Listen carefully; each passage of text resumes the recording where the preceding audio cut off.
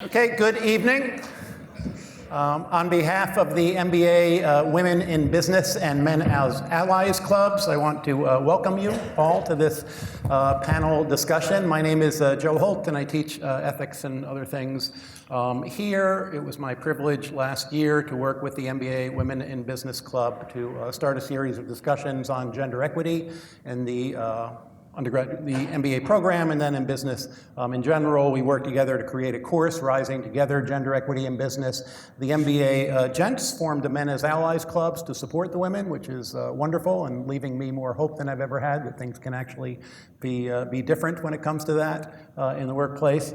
And we wanted to host this panel discussion. The idea for this was really sparked by a series of viral comments that Coach Muffet McGraw made last April. She was explaining why she wasn't hiring male assistant coaches, and her point was kind of, when the men's team start hiring more female assistant coaches, I'll do that. But then she went off and she said that there aren't enough visible senior leadership role models who are women that younger women can kind of look up to and more easily imagine themselves becoming senior leaders and kind of see and hear how it is that they lead and so forth. So here we have panelists, all of whom are in senior leadership positions, as you can see, all of whom are Notre Dame graduates. We're going to kind of provide that role model for you. In the panelists here, Christina Fisher got her bachelor's degree from Washington University in St. Louis in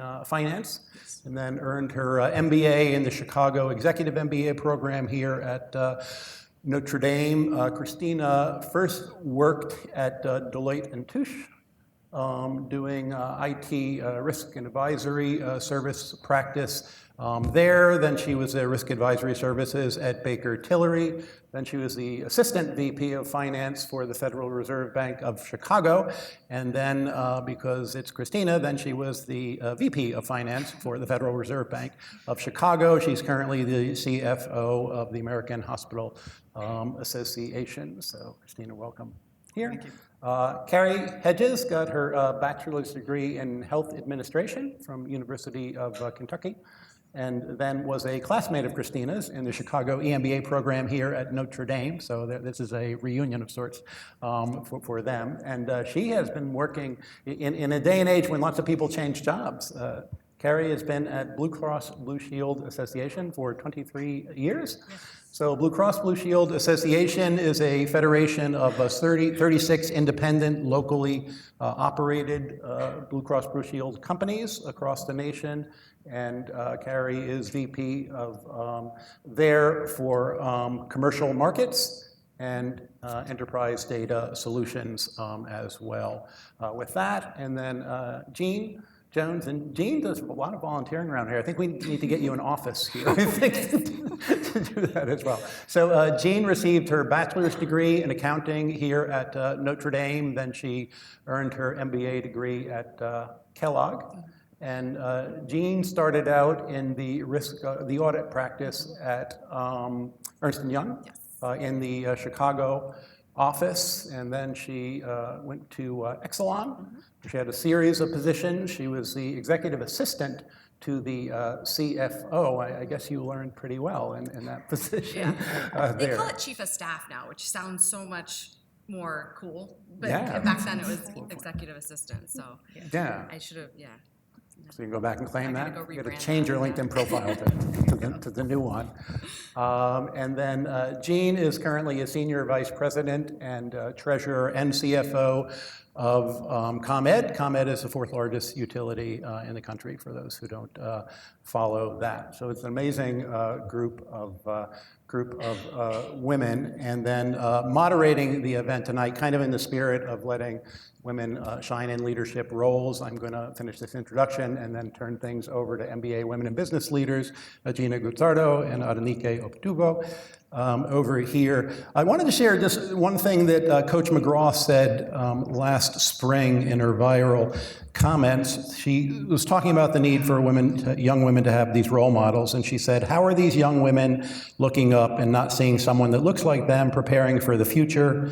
We don't have enough female role models. We don't have enough visible women leaders. We don't have enough women in power. She pointed out that most of the power is still held by men, and she said, when these girls are coming up, who are they looking up to tell them that that's not the way it has to be? These ladies are here to tell you that's not the way it has to be tonight. So, ladies, the show is yours to run. Doesn't that sound nice? All right. Go ahead. Thank you. Thank you, Professor Holt, for your introductions, and thank you, panelists, all for coming. We're excited to have you here and to hear about your career paths. And thank you, everyone, for coming as well. So to get things started, just want to kind of ask more of a general question to you. So how would you each describe your leadership style?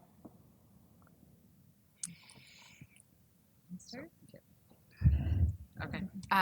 So I would say that my leadership style, or what I would hope that people would say about me, is that I have really high standards, but that I'm fair. And so how does that play out sort of in the real world? When I took this most recent job as the CFO of ComEd, one of the first things that I do when I take any job, and so what I did when I stepped into this role, was to read the employee survey results. And if your company doesn't do that, I suggest you do it on your own and sort of figure out what you're stepping into. And what I realized when I read those results was that the team was very much broken. The company had been growing significantly, and the team had absorbed that, which was good, but it was no longer sustainable, and the morale was down, people were not being developed. And so I spent the first couple months getting in and kind of listening, and I think that's another sort of core value, is just listening and communicating. And finding out what was preventing them from being excellent, what was preventing them from reaching this high standard that I was going to hold them to.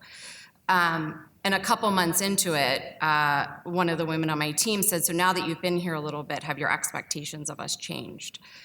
And I didn't know what she meant about that at first, but then when I thought about it, I think what she meant was, now that you know how bad the situation is, do you really expect us to be excellent still?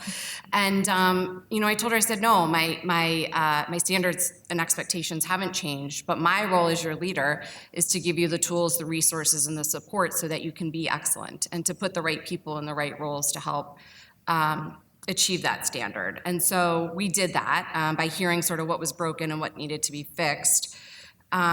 We sort of changed our reporting and our systems, and we established clear lines of responsibility. So help them, it was they had to lead it, right? But I gave them the support, the tools, and the resources to achieve that. And so now we've sort of turned it around, and our employee survey results this year went up 20%. So for me, I think you gotta have those high standards of excellence no matter what situation you step into, but it's your job as the leader to make sure that you give your team what they need to achieve those high standards of excellence. So that's kind of how I would sum up my leadership.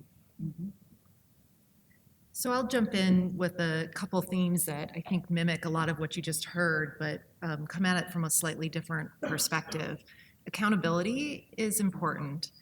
So that just being accountable for myself, my own actions, but then emulating that for the rest of the team in terms of what I'm expecting from the people that I work with, whether I directly work with them and they're part of my team, or I work cross-functionally with them.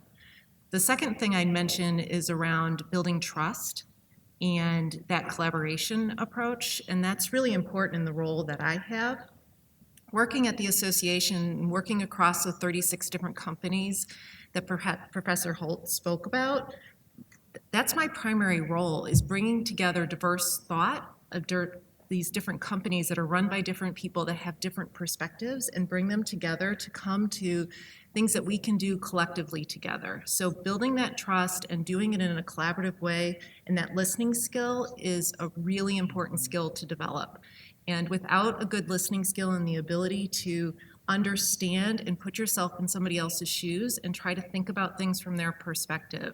So if you can turn that into a way that you can then work more in a productive way when people are in differing perspectives, to be able to bring that forward. And that's a really important piece for how I've been able to sort of demonstrate to the team and be able to actually make a difference and move things in a way that maybe we hadn't been able to move them in the past.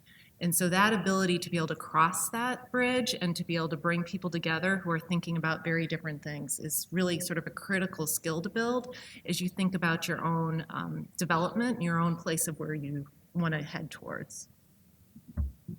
Awesome. I like all of those. those are really good.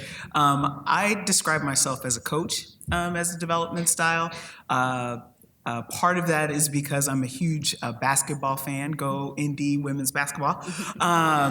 And so I see myself as a coach, meaning I like to have the vision and the plan and establish that vision and plan for the team. And then I take a real ownership in building the team we need to be successful. So if you think about a basketball team, not everybody can be the MVP. There are star players, and you need those star players who are your leaders and maybe the folks that have the most advanced talents.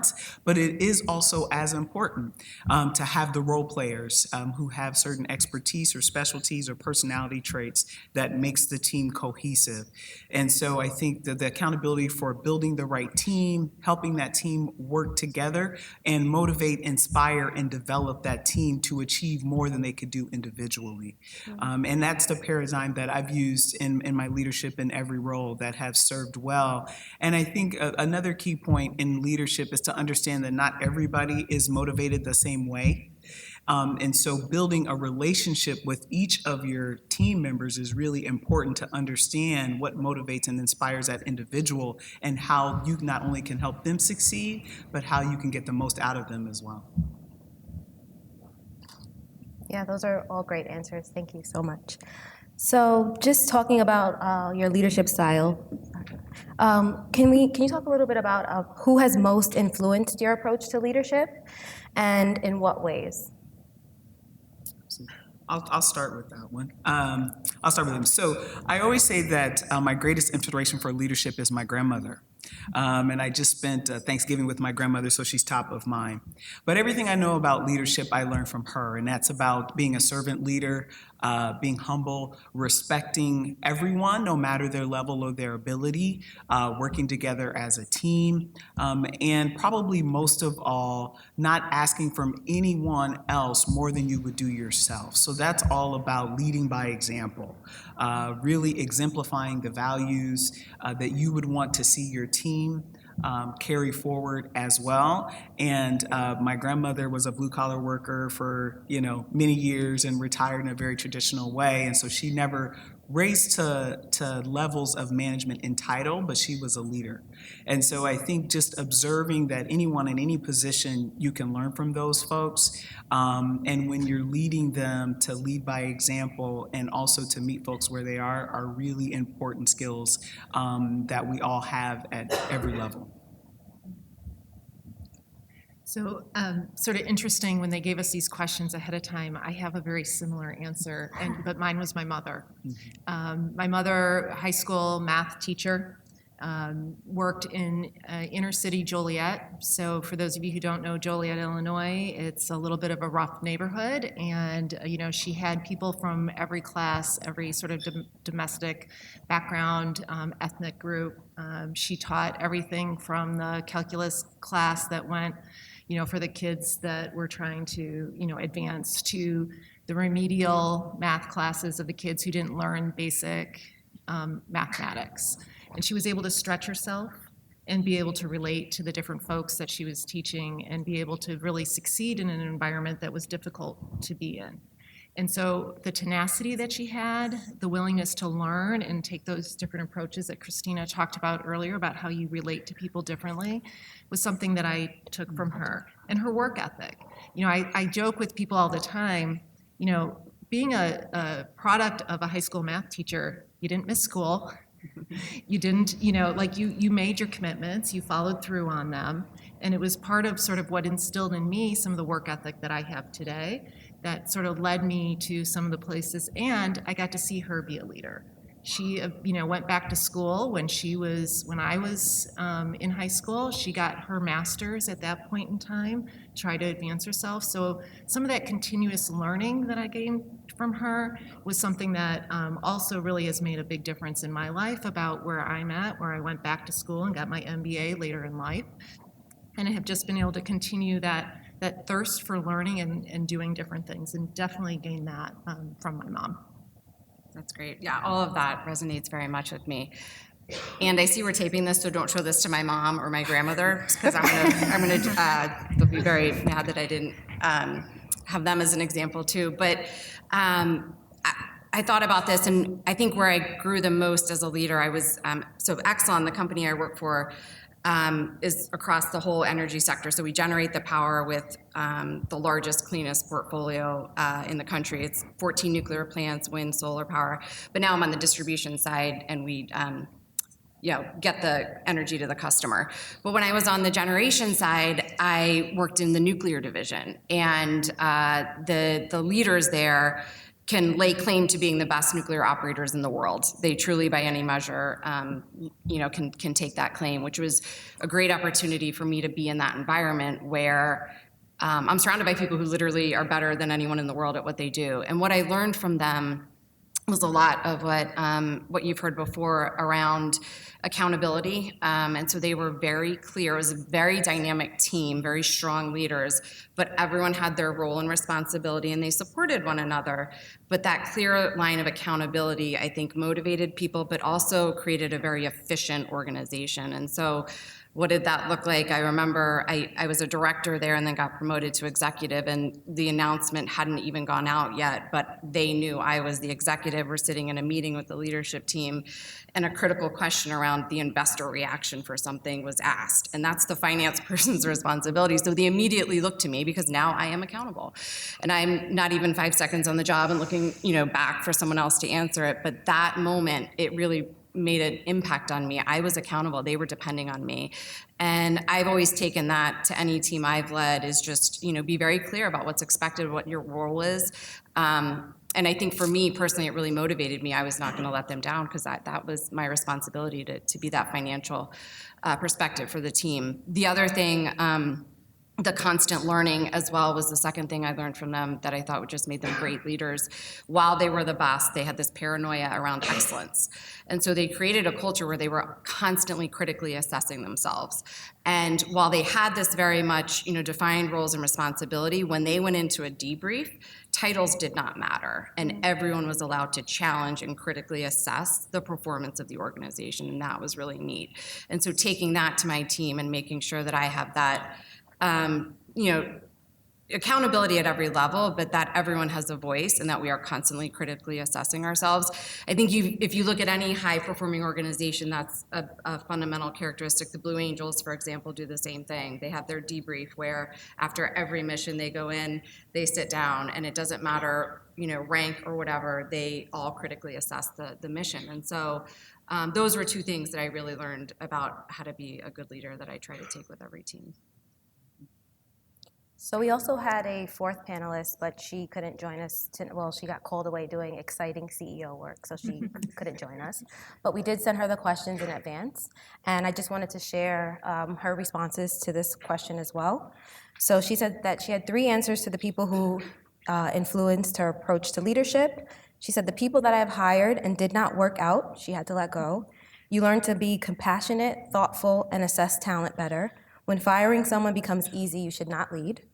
The second is, she said, most recently, my 6-year-old daughter, Addie, she also included a picture. The way kids see the world is a unique gift to be given. To have the perspective of someone that doesn't have the biases that we have as adults. She made me more direct, more transparent, and likely more enjoyable to be around. I bet our team members also appreciate fewer email requests on holidays when they are also trying to spend time with their families. And then third, she said, prior leaders I have been around that I do not want to emulate.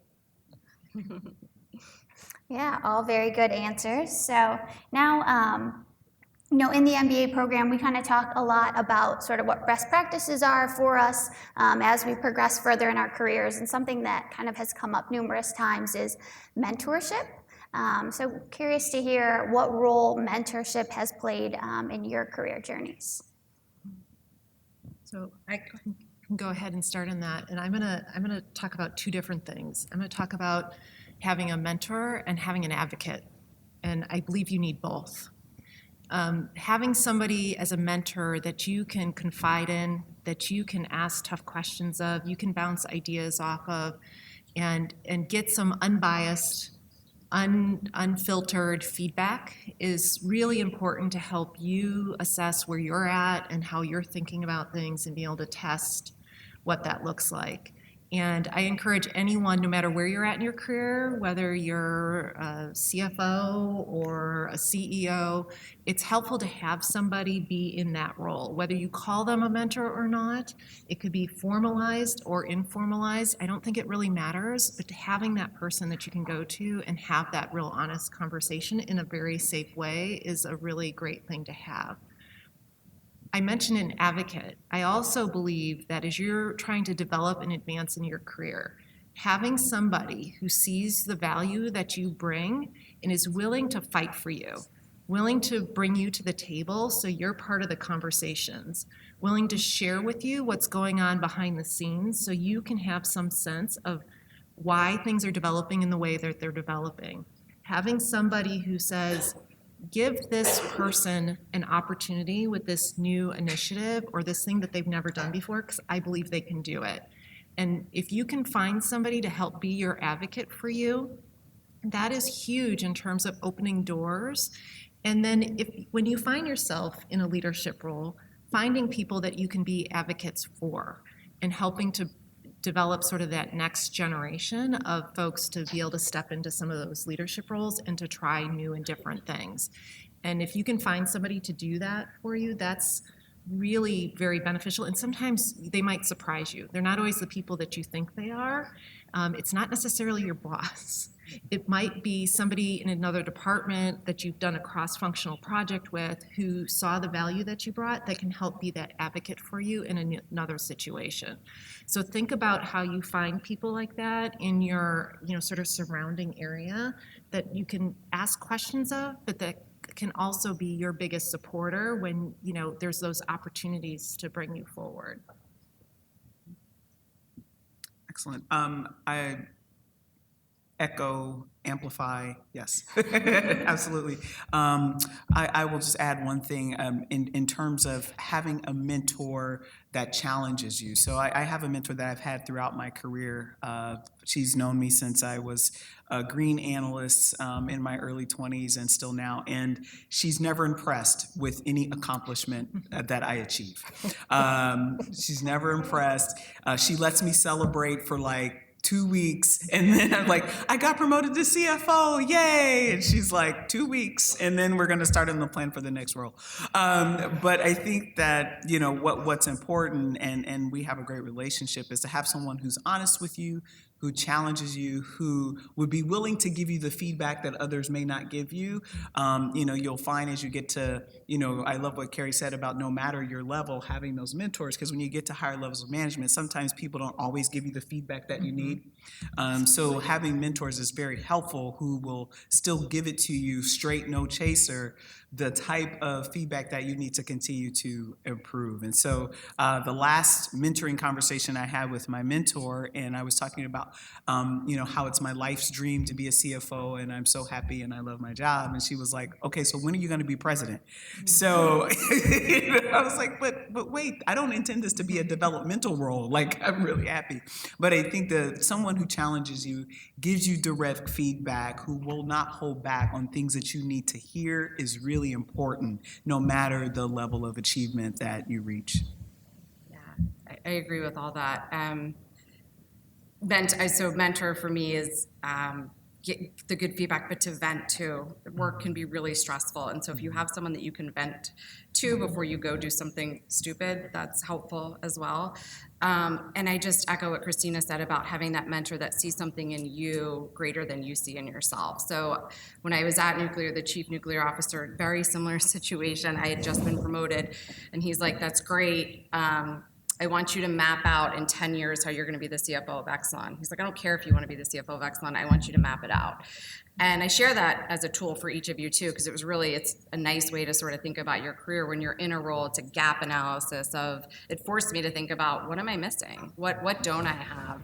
And there were 3 or 4 paths that would get me there, and it made me think about, how long should I be in this role or that role? What role should I take over here? And then it was also a nice tool that I had when I would talk to others, advocates or whoever, so that when the next role came up, they said, yeah, well, here's what she's got to do next. And it just was a nice way to build sort of a momentum around momentum that I didn't even think I wanted around my next move. So that's what's been really helpful for me. And then I think giving back is really important. So the act of mentoring others, just the last couple years has been really important to me, specifically for other women.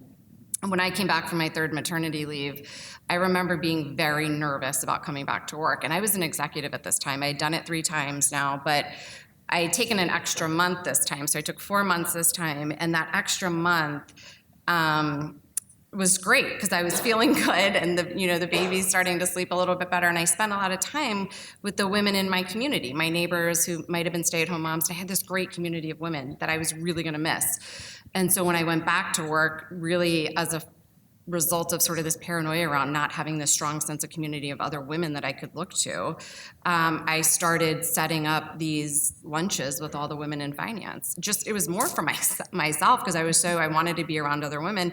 But what happened is that now, fast forward a couple years, it's formally this women's empowerment group that we have at Exelon in finance. And we now get together and not just have lunch, but we listen to podcasts and talk about, there's some great podcasts from Harvard Business Review, Women in the Workplace. There's this great one around making yourself heard. We talk about that.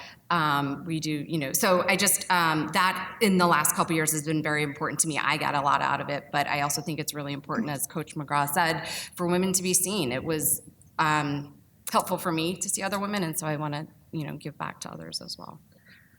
Yeah, great. No, and I mean, Jeanne, you just spoke to this, but I want to give the other 2 of you a chance if you want to talk about the role of mentoring others as well and how that is important to you. I know, Kari, you touched on it a bit when you were talking about advocates, but. Yeah, the other thing that, in addition to sort of thinking about how do you create some of those forums, is I've had other women within the company approach me and say, would you mind, can you help mentor? And my answer is always yes. And I always tell them I get as much out of that mentoring session as they do.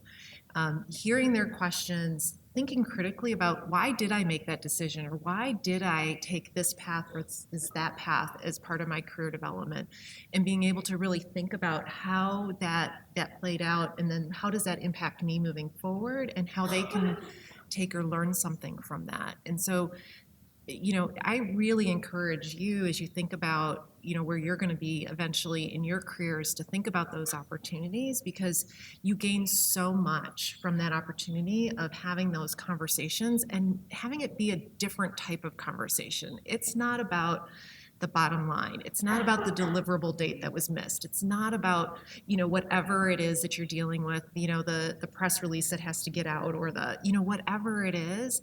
It's about sort of in the moment and getting that type of continuous energy. I walk out of those more energized than I do any other meetings I'm in, any other conversations I'm in. Those are the opportunities where I walk out of it and I say, all right, I'm really ready to tackle the next thing that's on my plate. And so just know that that's energizing both ways. So never apologize, one, for asking somebody to mentor and spend some time with you. Because they'll gain something from that as well.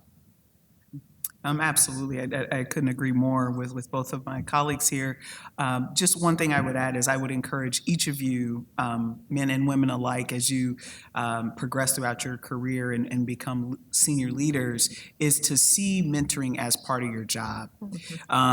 For me, there was just never any question, when I got into levels of management, and even before then, that mentoring those who were coming behind me, those who were interested peers, others inside or outside of my organization, that mentoring was a given and was part of just the the great benefit and privilege you get of being a leader, and particularly in corporate America, which can be challenging, as someone was talking about Vente, which can be challenging. And so I just encourage each of you that as you go back into the workforce or continue in it, it's part of the job. Just assume that you're going to have one or more mentees and make that part of your leadership style, make that part of your portfolio of things that you do.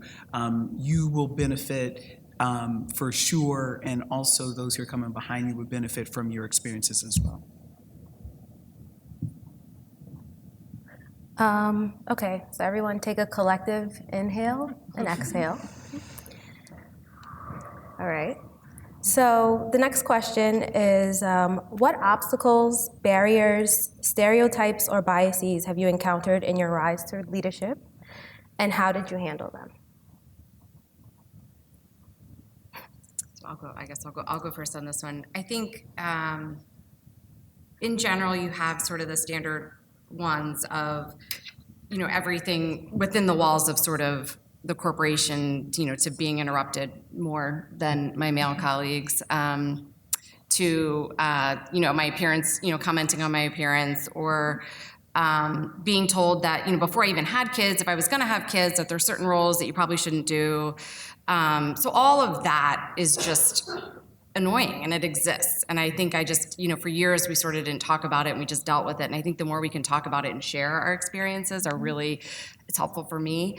I think you asked about how do you overcome it. I think sharing it, those experiences is really helpful for me, but I think also just not listening to what people tell you can and can't do is one way also that I've dealt with it. Interestingly, I think outside the walls of corporate America, sometimes the bias and the systemic sort of culture norms are what are harder for me. So I grew up in a very traditional family. In terms of my dad worked, my mom was stay at home until we were older, and then she was a Catholic school teacher. I live in a community which is also traditional, go to Catholic schools, which is great, I love, but my husband and I, we both work, but I would say we're not the norm. And that is hard for me. So I have 3 young kids. I have a 7-year-old, a 6-year-old, and a 3-year-old.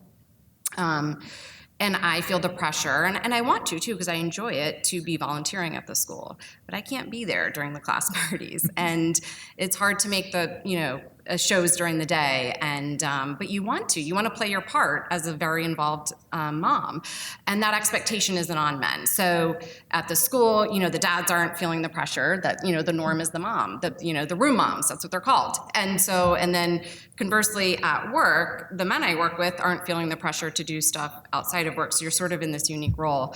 So I think that's always harder, and just trying to find that balance between what can you do to make your be the kind of mom that you want to be.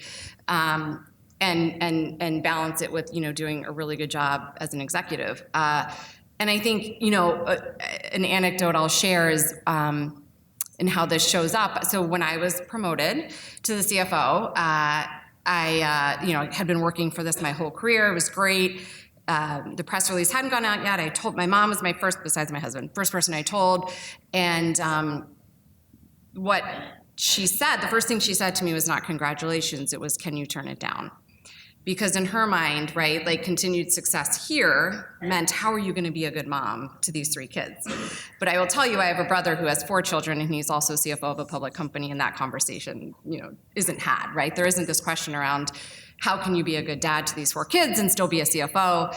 And so that is sort of the pressure I think that women face. There's those cultural norms of what's expected of a woman. And I think it's great that we're changing and we're evolving, but they still exist very much. And again, I think, so we celebrate, right? We celebrate when my brother or whoever, whatever male is promoted, and then the women sort of feel this, maybe I shouldn't be doing it, right? Because, and it came from a place of love. Like my mom sees what I have to balance and all that stuff. But those, I think, cultural norms outside have been harder for me since having children. I think that's been the hardest, yeah.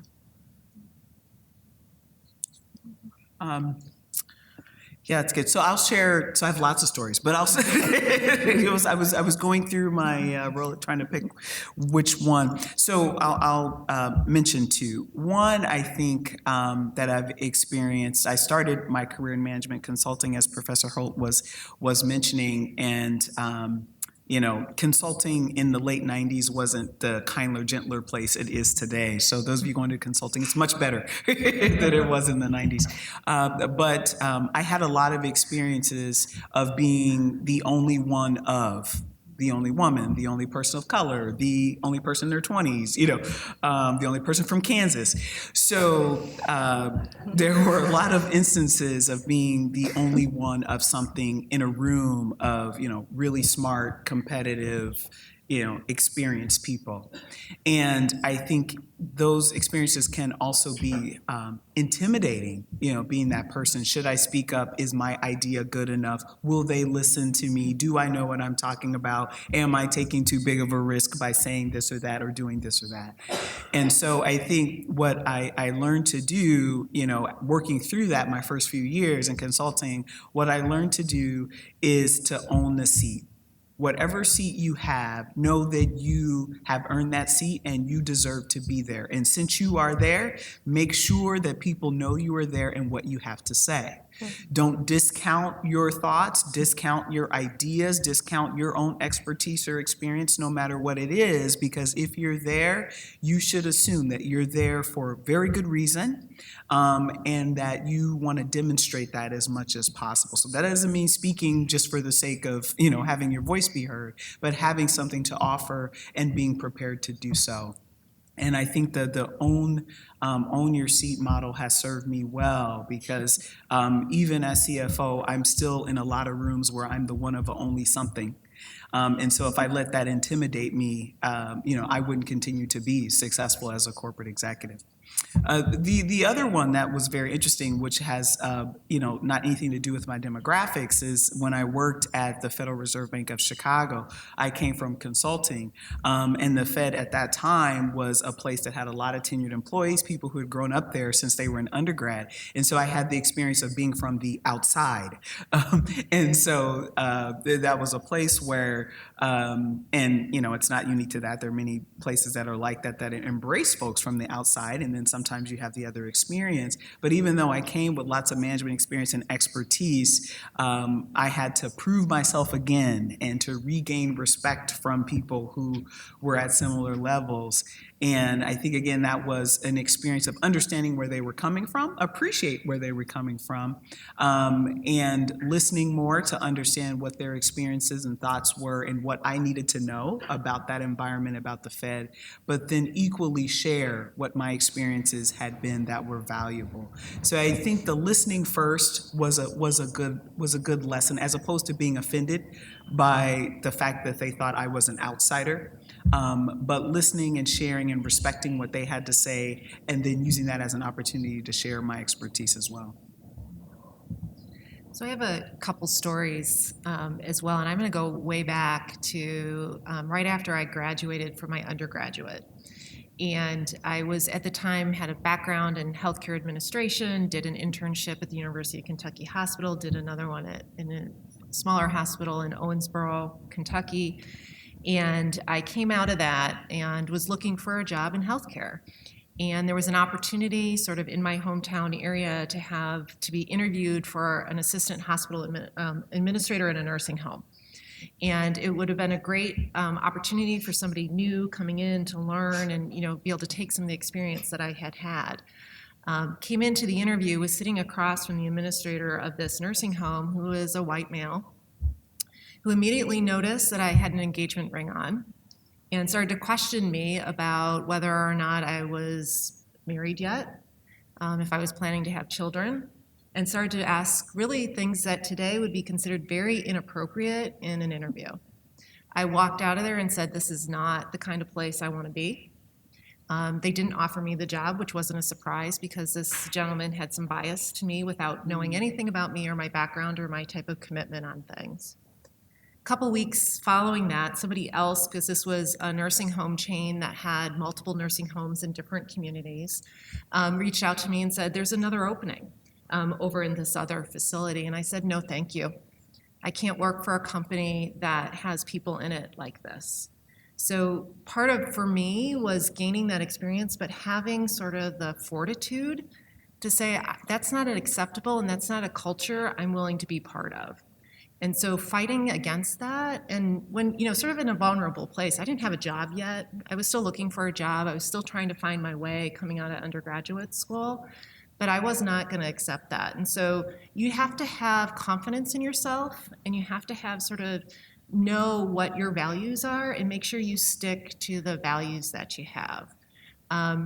The second story I have is a little later. I'm now at the association. I'm on a sort of development track, was put into a development program and was meeting with our vice president of HR at the time. And, he made some comments about the clothes I was wearing, and, I was wearing a sweater set, which was sort of early 2000s, sort of a popular thing. Very Because I wasn't wearing the standard suit that he was expecting, the male present suit. And that sort of stuck with me, and, sort of at the time said, that's not okay with me either, and I am who I am. And yeah, I tend to actually be pretty professional in my dress and in my demeanor and behavior. So again, sort of said, this isn't for me, and if the coach you're gonna bring in for me is gonna be that type of person, I'm not interested.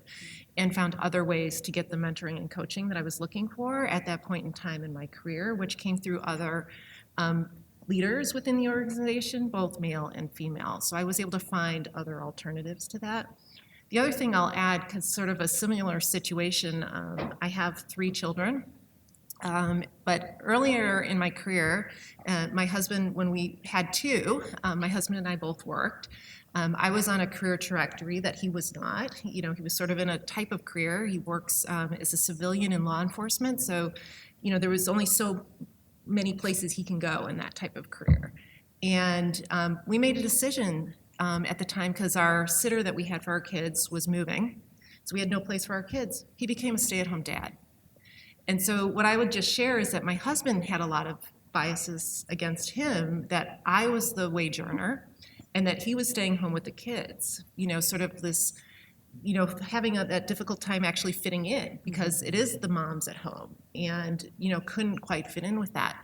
So you have to think holistically about how you're promoting anyone who is trying to do what they think is most important for them and where they're at, and finding ways to help support and promote what they're doing and be supportive of that, because we're all going to take different paths. We all have different things that we're trying to do.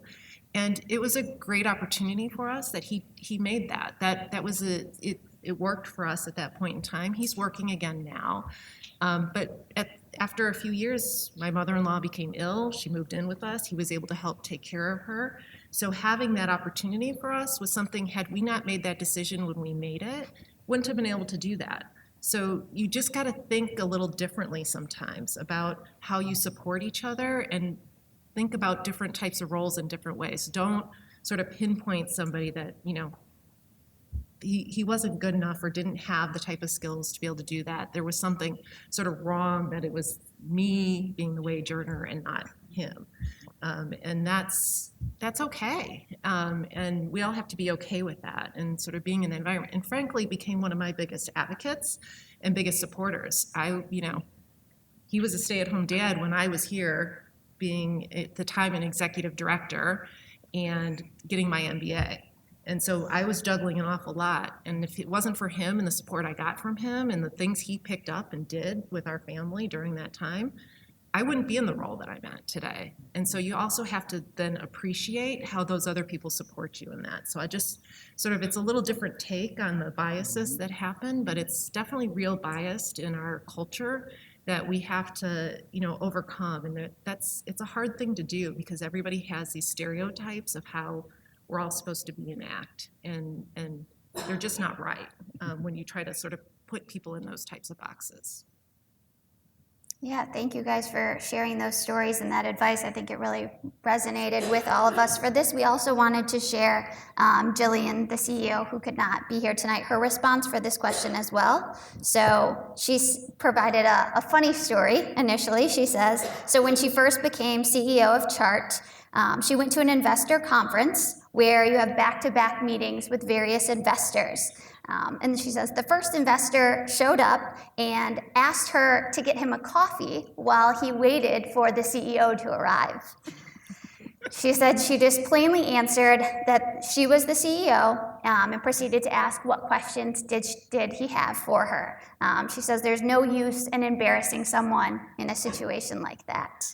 And then also, she did also mention kind of the flip side of that story is that she has also encountered more people, both men and women, throughout her career that want to help the company and her become successful than those that have created barriers for her. And she says it's important to leverage those people and to give back to them too by sharing, applauding, and helping them as well. Awesome. So switching gears slightly, going back to a little bit about leadership and your role as leaders, what do you expect from the people that you lead?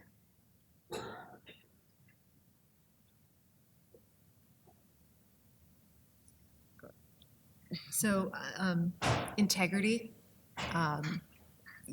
commitment, and honesty are the three words that come first to my mind.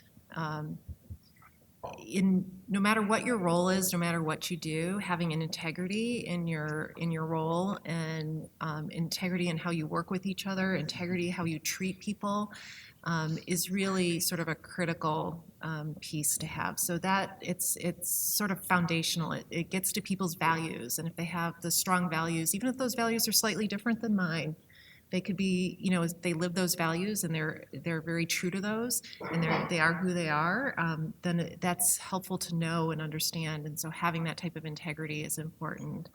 Commitment, if you're not committed to something, I'm not sure why you're doing it.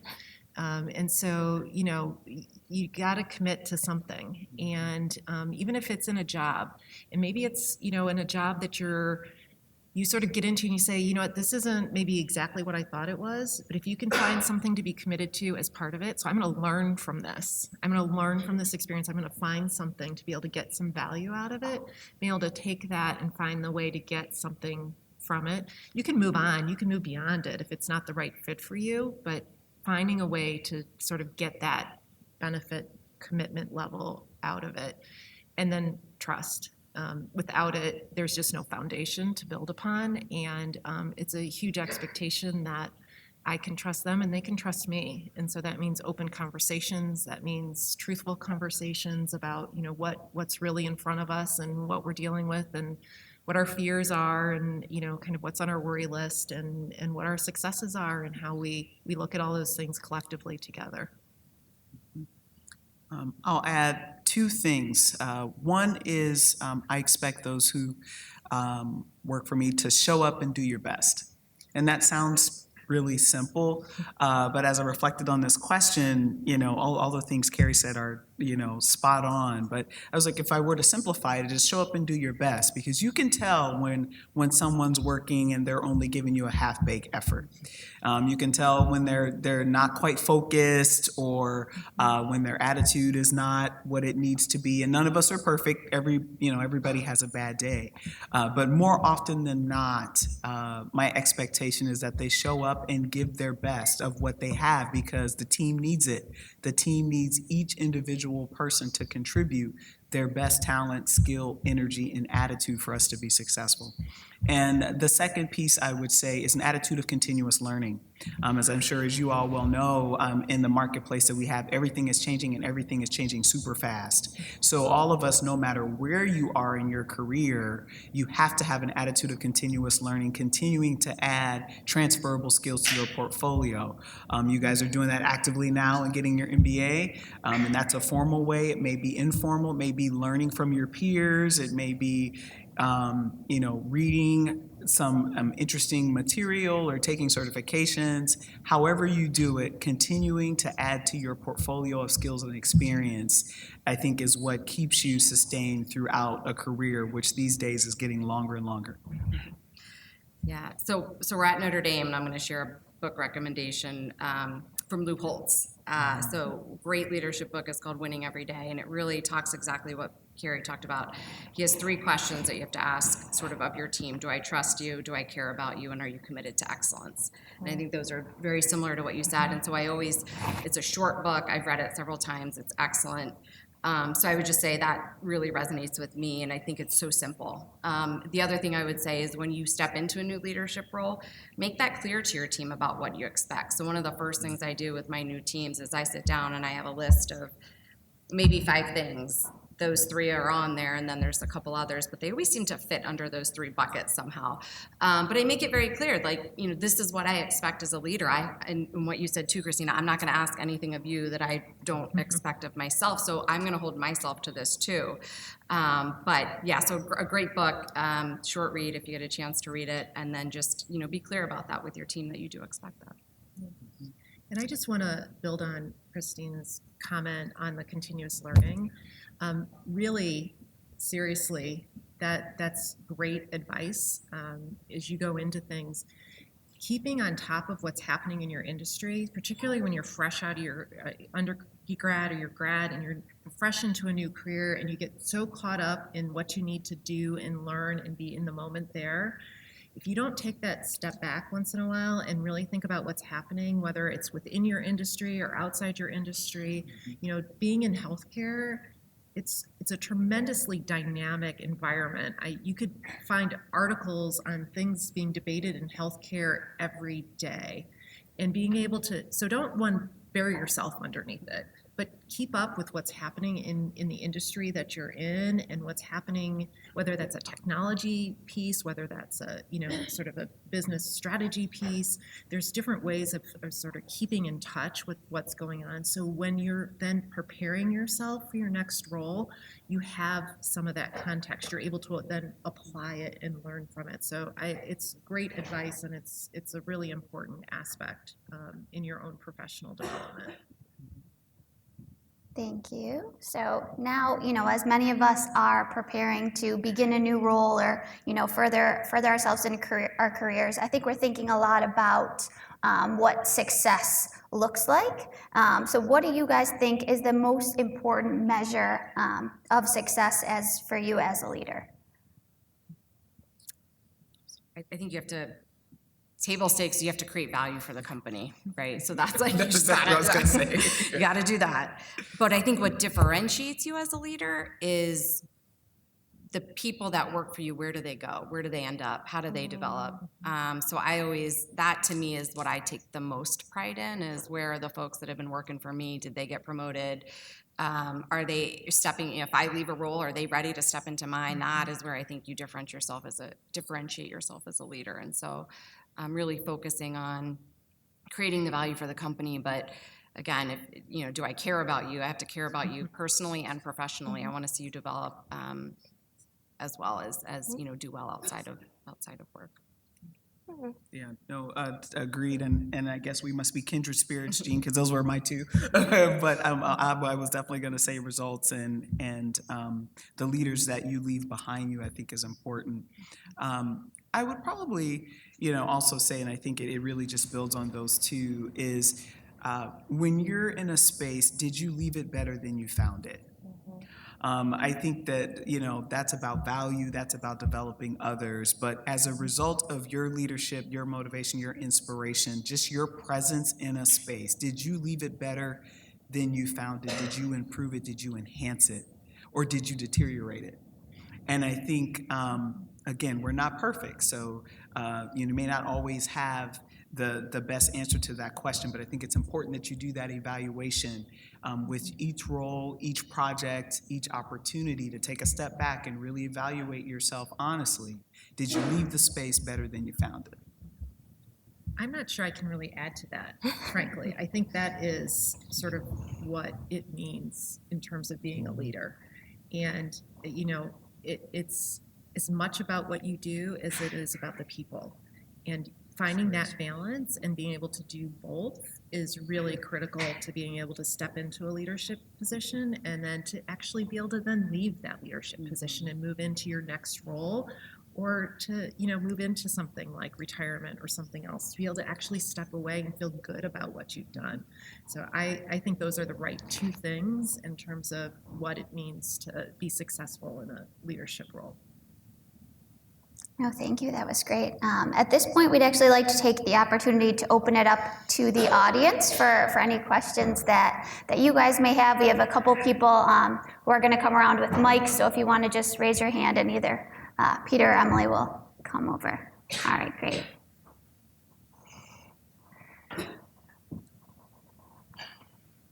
Hi, thank you guys so much for coming. This has been really, really awesome. I have a question kind of going back to the biases and obstacles that have been in your path. And some of you kind of touched on it, but can you give examples of ways that people around you have kind of done the opposite and maybe help you overcome that? Or if you were up against someone who might hold some of those things that would slow your career down, ways that other people stepped in and supported you, and those actions that some of the people in this room could hopefully emulate if they see someone in similar shoes.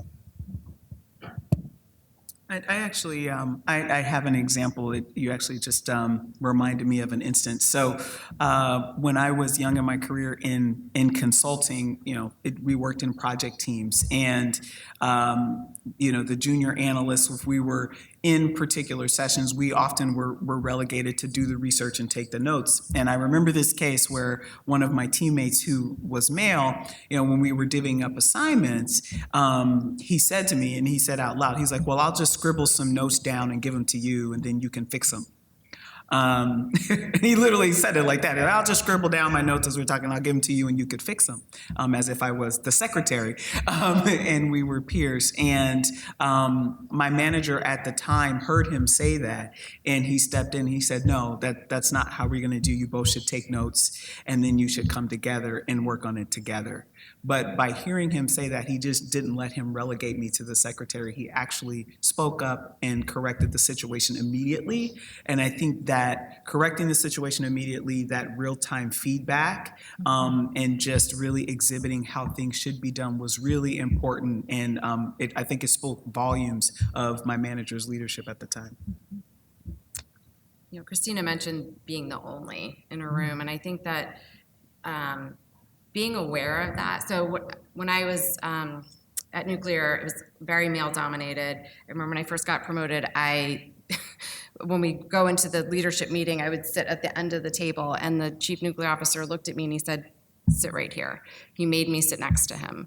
And so now I think what each of us can do, right, is when we see the only in the room, make sure they're sitting at the table. If they're sitting at the table but they're not feeling comfortable speaking up, ask for their opinion. And so that's ways I think that we can help each other just feel more included. Yeah. And that was the point I was going to make, is about asking people when you're in the room and you know there's somebody in there that has a valuable opinion that hasn't been shared because either somebody has shut them down or because they don't have the confidence because they are the only and they might not feel comfortable asking them, giving them the opportunity to share their voice. That's really one of the things that's been most valuable to me in various different situations, to be able to say, Kari, I want to hear from you. And, I know you've thought about this before. You shared this idea with me before. Can you share it with the group? So having that, and when you know somebody and you're taking the time to invest and get to know your peers or know the other people that are going to be in the room with you, and then you can either be that advocate for somebody or you can actually have somebody be that for you. Those are moments, and it takes a lot of those moments to maybe make a major change, but it makes that change right there in that moment for that person. And each one of those little moments start to then add up. So don't shy away from those opportunities when you see them.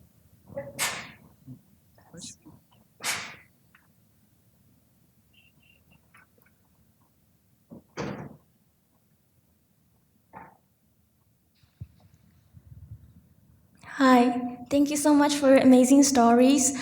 I have a question, it's a bit personal. So I feel that I'm at a crossroads of my life. On one hand, I want to spend as much time with myself as possible. I want to grow, I want to see the world, I want to take good care of myself. But on the other hand, I hear all those social expectations of how you have to be a good wife, how you have to have your own family. And I feel that having my own family, it demands a lot of sacrifices, sacrificing my time, my energy, my money, and I feel sometimes I feel torn apart, and also feel that the time is chasing me and I have to make the decisions. So do you have any good suggestions for me?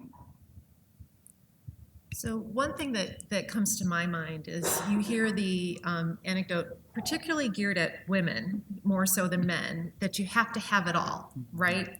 Which means, you have to be the good, wife, you have to be the good parent, you have to, that's always there and always present. You have to be the good employee who's, adding value and developing people, and you have to be there for everyone. And if that's what you think it means to have it all, then you've got the wrong picture of what it means to have it all. You have to figure it out for yourself.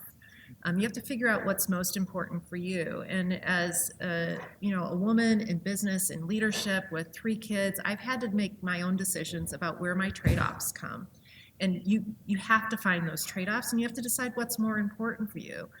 Sometimes it was, I need to be at this meeting because this is the role that I have. Other times it was, no, I'm not going to be at this meeting this time because I'm going to my daughter's concert, because that was what was most important to me at the time. And so you have to be able to learn how to make those trade-offs and really own those for what's going to be most important for you in the decisions that you need to make. Nobody can tell you whether you should go travel the world or have a family. You have to make those decisions yourselves. And as you come across those opportunities, you have to sort of trust yourself in making those decisions. That's good advice. I agree. Agreed. Thank you. Down here.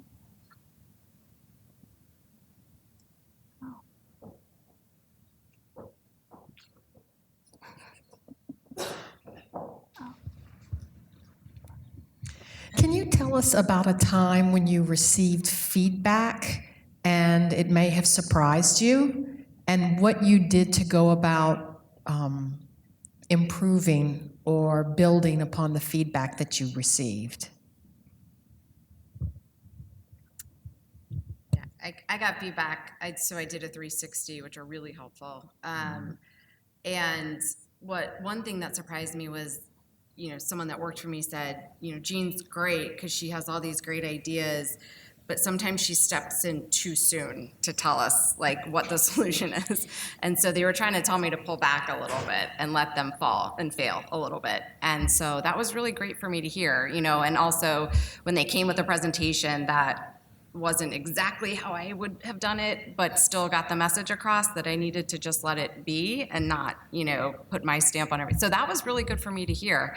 But it also helped me be a better leader because I needed to pull up, right? And as you move up, you can't be in that level of detail. So I think just in general, having tools like 360 feedback, being open to that feedback is really, really helpful. And it was very valuable for me. I got feedback from a former boss, actually the exact opposite about speaking up. And what this person told me is that when I was in the meeting, they could tell that I had something to say, but I wasn't saying it. I was listening. I wasn't saying it during the meeting. I wasn't speaking up during the meeting. But after the meeting, I had all these great ideas and all these things that should have been said when the discussion was going on.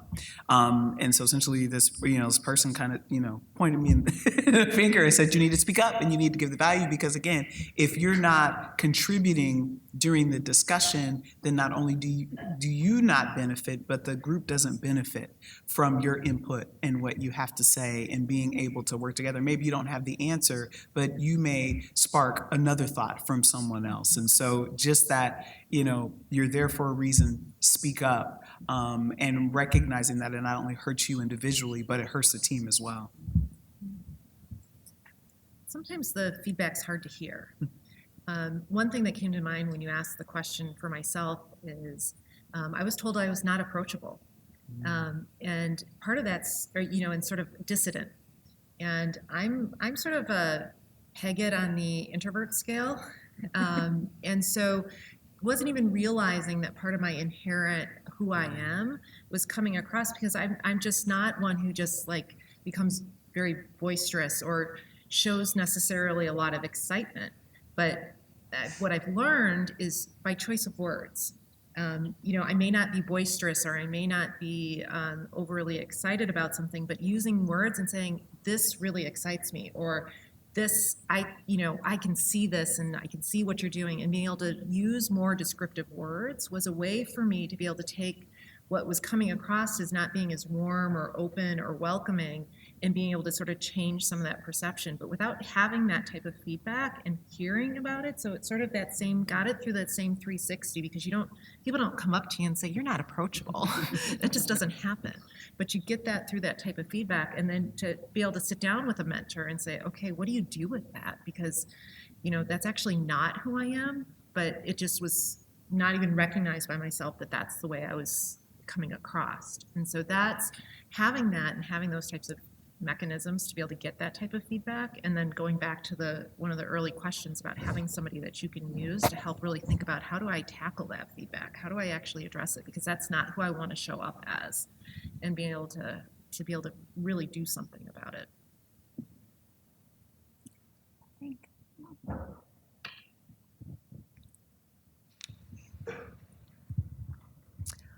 So a few of the women here and I were discussing this, but as a female leader, would you rather be loved or respected? And alternatively, do you think you can be both? Respected, period. Yeah. Yeah. In the leadership role, I have opportunities to get love in other places. Amen. So that's yeah.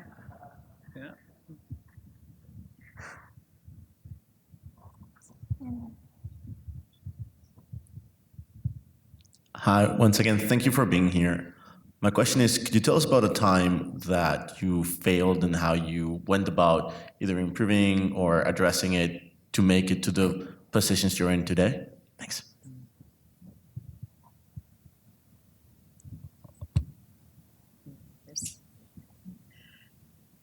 One project I worked on that just wouldn't go anywhere. What I learned from it was I didn't have my boss at the time was saying he wanted me to do this, but he wasn't showing up for the meet. He was all verbally saying, but his actions didn't show it. And so I think you have to make sure that you have leadership buy-in. If they're going to ask you to go tackle this was a big project, but he was like all talk and no support.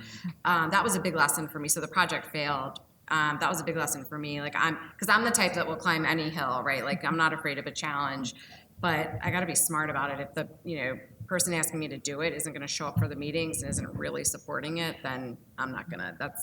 Don't go near that. So that was one lesson I learned in terms of what I thought was a failure in terms of a project I was leading. And I think I have an incident when a project when I thought I had adequately explained something and gave an assignment and asked a team of folks to go do that and come back with the completed milestone. And when I checked back, whenever it was 3-4 weeks when it was supposed to be done, it still wasn't done. And there was a whole explanation about why it wasn't done. But what I learned in that experience, it's something it did not get completed, and I needed it as an input to something else I was supposed to get done for my boss. And so I learned a few things. Number one, I learned to be more clear in setting expectations and also communicating milestones, deadlines. I also learned when you delegate, you should learn to delegate. Please become master delegators, you have to. But you have to trust but verify. So you have to delegate, but you also have to have some milestones, some checkbacks, some sort of status so you know what you intend to get done is getting done in the way you want it to get done. You can't just delegate and then go away. And so that was key.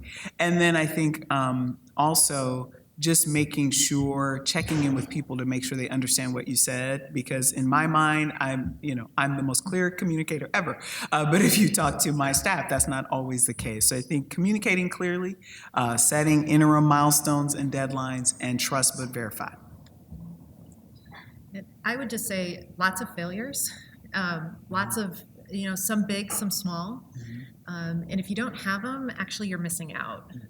You have to learn, right? And if you don't try new things, and sometimes those things aren't always going to go the way you want them to, you don't learn from them. And so I can think of many different times in my career where, that you look back and you say, boy, had I, thought about what I know now after coming out of that situation. I just had one within the last month where I was sitting down at one of our board committees and was bringing a proposal to them and was trying to get resolution on an issue. And we didn't reach it at the end of the day. So it wasn't like a big, project didn't happen or anything like that, but we did not get the outcome that we were trying to get. And being able to take that back and say, okay, what could we have done differently from that? So next time when I have something else that I need to bring back in front of this committee and get their agreement and alignment around, how could I have approached this differently and be able to think about that? And being able to just take each one of those and to really think about how it, and you heard both talk about how they thought about it differently and how they changed their behaviors as a result of that. You just have to take each one of those and find that learning opportunity out of it. If you get too bogged down in the fact that it was a failure and you kind of have to, you get down in the muck of that, it's really hard to get out. So you just have to accept it for what it is. It doesn't always mean it's good. It's not going to feel good, but you have to learn from it. You have to take it and really think about, okay, I'm not going to let that happen in that way next time. What am I going to do different next time? There's a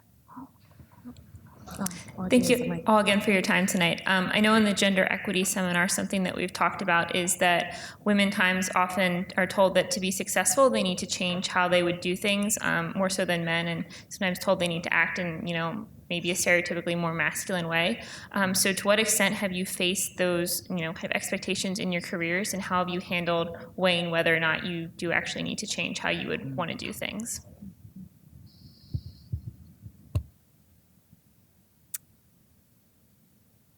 I think we've probably all experienced it. I'm trying to think of a good example. I mean, I think in terms of, yes, like how have we experienced it? I think, I hear in performance, so this is fresh in mind because we're in performance, year-end discussions right now.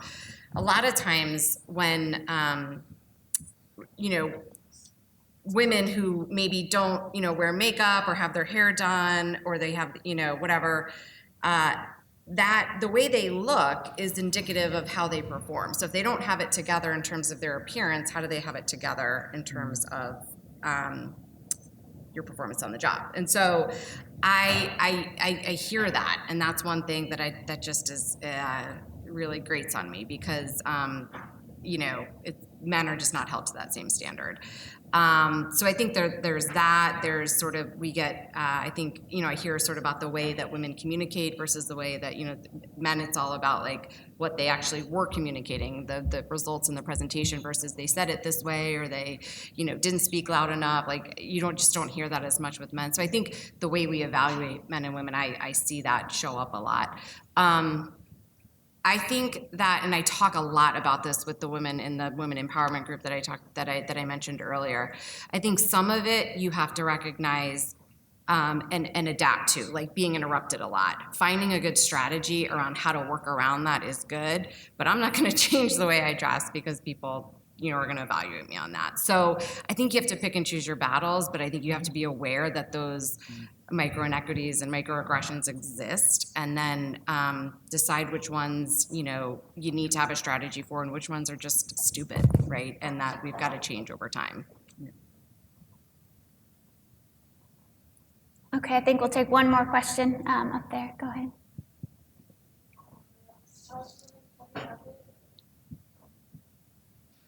I was just wondering, have you ever been asked by a boss to commit like an unethical decision? And if so, do you have any advice on how to navigate that situation without angering your boss?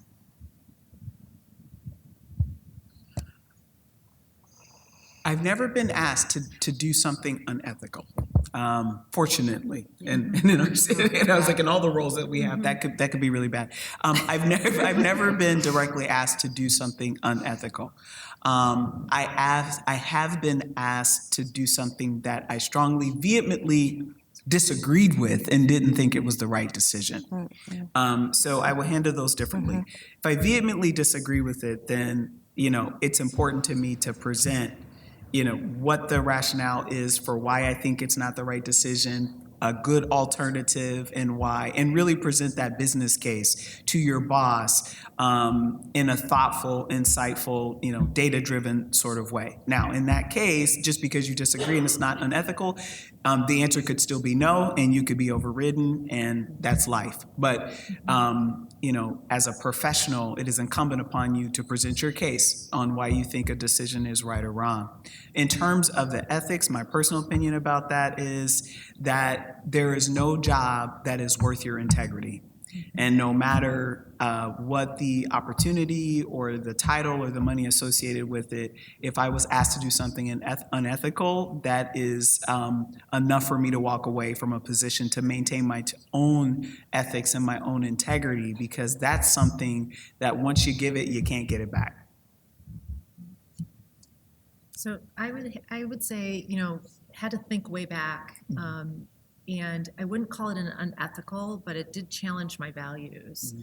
And it was a situation with two employees actually, where one employee did something inappropriate towards another employee. And it was not acceptable. And took this situation, went immediately to our human resources department and said, this falls within the scope of what we say are completely unacceptable and could be grounds for termination immediately. And because it was very sort of severe, and the sort of felt threatening then to the employee that was on the receiving end. And our HR department happens to, at the time, particularly to be very conservative.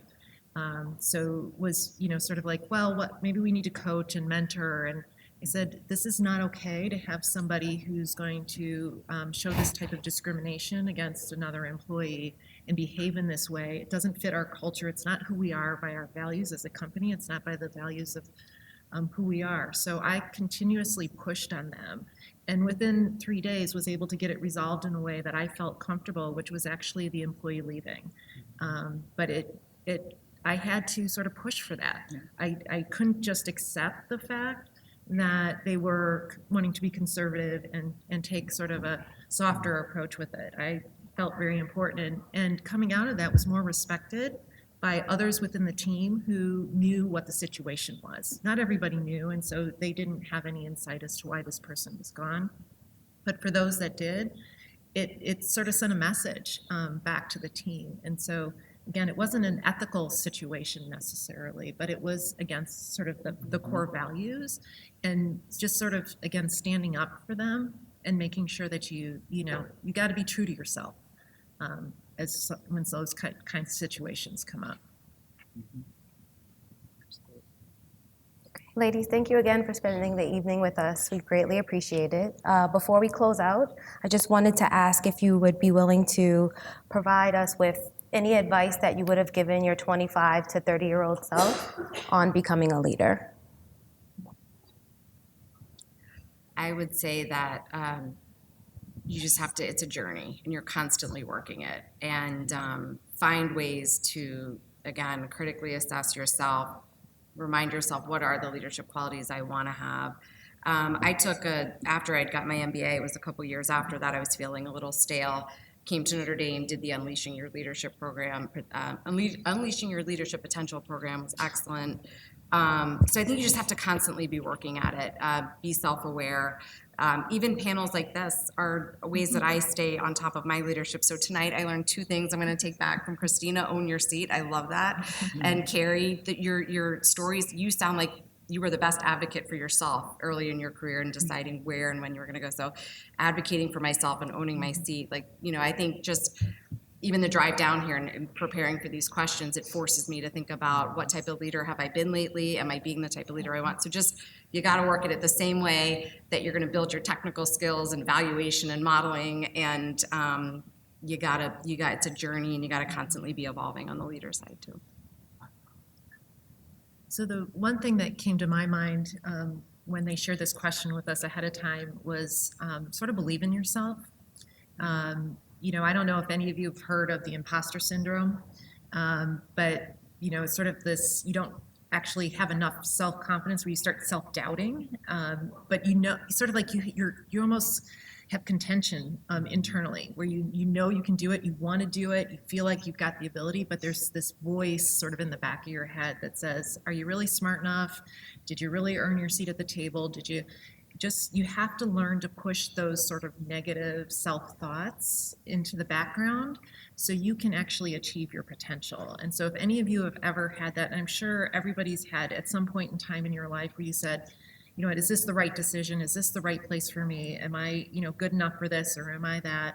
You have to be able to push some of those thoughts back. And in the times in my development where I've successfully pushed those kinds of, where those have started to creep in, and I said, no, that's not okay, and push those back, is when I've made some of my best decisions about where I was going next in my career development, including, frankly, enrolling in the executive MBA program through Notre Dame.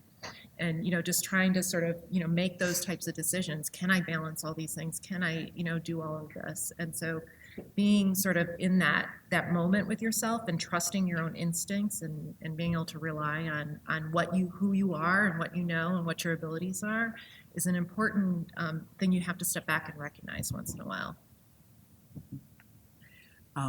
The only thing I would add, and all of this has been so insightful from my fellow panelists, is every position that you're in is an opportunity for you to learn and add to your portfolio of transferable skills. So I'll tell a quick story. Earlier in my career, I found myself in IT development. And as Professor Holt said, I majored in finance in undergrad. I was a business student. I went into consulting thinking I was going to do strategy and business process improvement. And at that time, I started out learning how to be an IT developer, which wasn't at all what I intended, and I was horrified. But I reframed it by taking that as an opportunity to learn. And I learned a lot about technology, like ground up, development and testing and project management early in my career, and it has served me well. Today in my CFO role, I also have responsibility for technology, so the CIO reports to me. And so having that experience and learning about technology and being able to ask the right questions and understand, I'm not a technology specialist, but I understand technology enough to oversee it in an effective way. That was an opportunity early in my career that I never could have connected to today. So make sure that you capitalize on every opportunity to learn and add to your portfolio of skills, because that is what sustains a whole career, which, as I mentioned, are getting longer and longer. So thank you. Yes, thank you. Thank you, Christina, Kari, and Jeanne for coming out tonight, for sharing your stories, your insights, and your advice with all of us. We greatly appreciate you, taking the time on your Wednesday evening to join us here in South Bend. So if we could give them a round of applause.